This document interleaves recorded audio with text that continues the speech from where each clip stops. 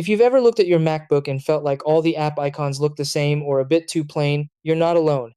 Many users want to personalize their desktop and give their apps a more unique or color-coordinated look.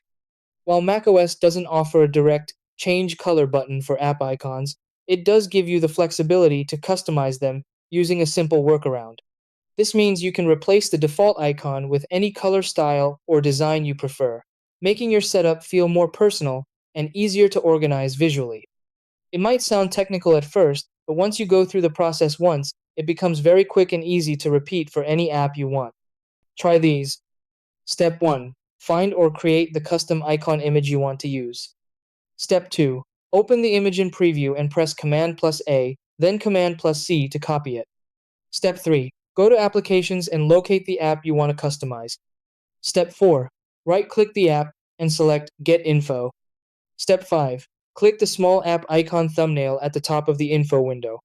Step 6. Press Command plus V to paste your new icon and apply the change.